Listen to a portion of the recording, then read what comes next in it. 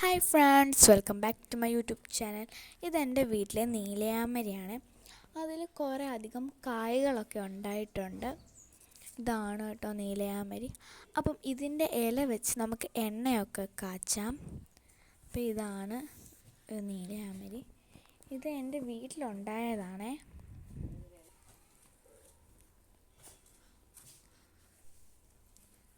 ഇപ്പോൾ ഗൈസ്, അടുത്ത ഇതാണ് നമ്മുടെ മുറി കൂടി.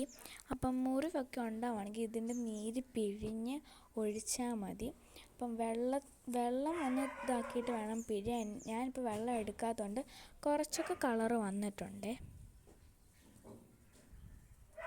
ഇപ്പോൾ ഫ്രണ്ട്സ്, ഇതാണ് കച്ചോലം. ഇത് മൃഗങ്ങൾക്കൊക്കെ നല്ലതാണ്. മനുഷ്യർക്ക് ഇത് ഉപയോഗിക്കാൻ പറ്റുമോയെന്ന് അറിയത്തില്ല. അറിയുന്നവർ കമൻറ്റ് ചെയ്യണം. അപ്പോൾ ഇന്നത്തെ വീഡിയോ ഇത്രയേ ഉള്ളൂ. ടാറ്റാ.